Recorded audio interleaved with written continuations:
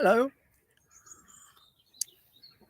live again. Welcome to episode 47. I'm going to perhaps leave horses, don't know, and talk about bullying.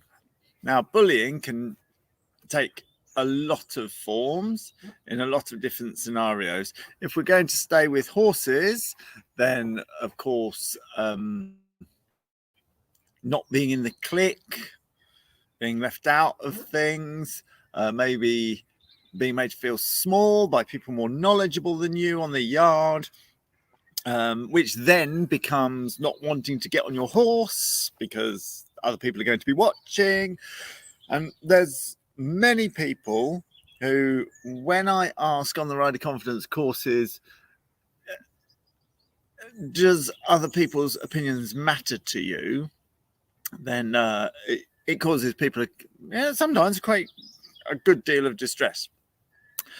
And some people leave their yard and they go to the next yard and they find that behavior repeats, and go so on and so on. Other people have the same relationship at work. You've got a bully at work and they leave work and they go somewhere else and they get the same bullying there. Some people find the same parent-child relationship happening at work, where somebody assumes the role of your mother and makes you feel that tiny, that little, that belittled. Other people, other scenarios, relationships, of course, family, spouses. We all have heard of people that go from abusive relationship to abusive relationship. Many ways in which destructive relationships with other people in all walks of life, and I'm just going to use the term bullying to be a nice blanket term because it just does encompass it quite well.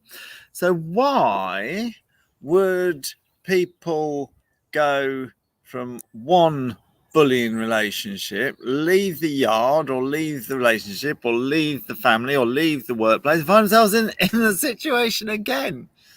Yeah, it's kind of interesting. So, hello everybody, by the way, Laura and Donna, and Joanne and Erica. I talk a lot of sense. I don't know what to say yet. This is my idea, but it's not my idea actually. It's a fairly established idea that bullies or abusive relationship people, they do it to everyone. So whilst you might go from one situation to the same situation again and think, why does this always happen to me? Why do I always attract these kind of people? Is there something wrong with me? The answer is yes and no. The bullies, or that part of somebody's personality that does bully, applies it to everybody. Blanket bullying.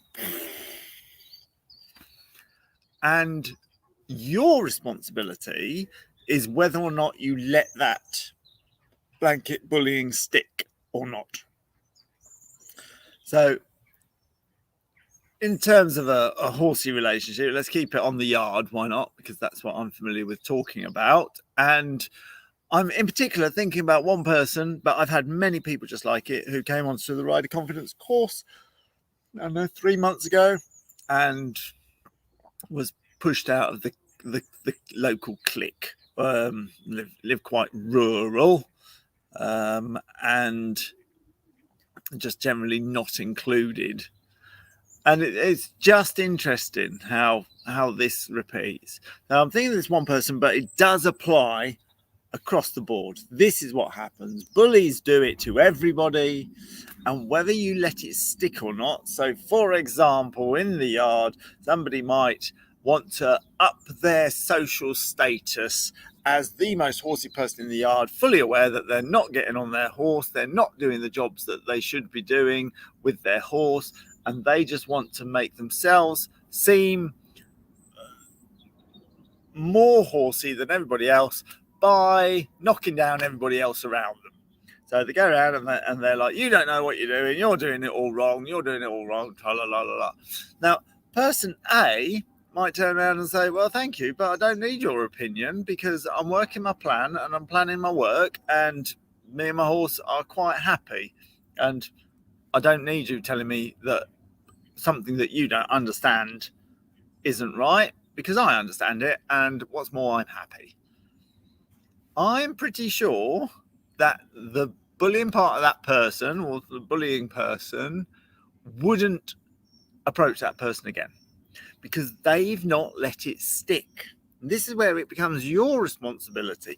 Just have a little thing. And if you go to the repeating pattern in any relationship with any people, what are you letting stick? For example, person B at this yard turns up and maybe they don't know so much about horses, or they've got a more doubtful or less self-assertive character.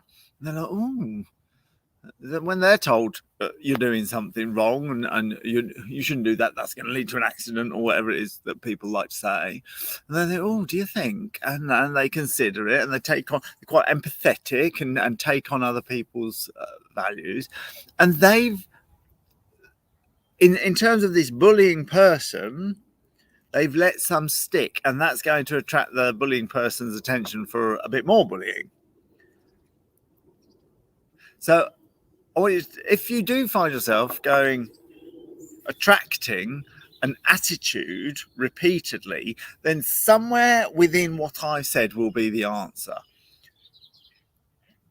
The people are doing their controlling or whatever it is, or putting you down, or well, they're actually not interested in putting you down. They're only interested in raising their status. They're trying to raise their status to everybody. So it's not your fault that you get a bit of flack.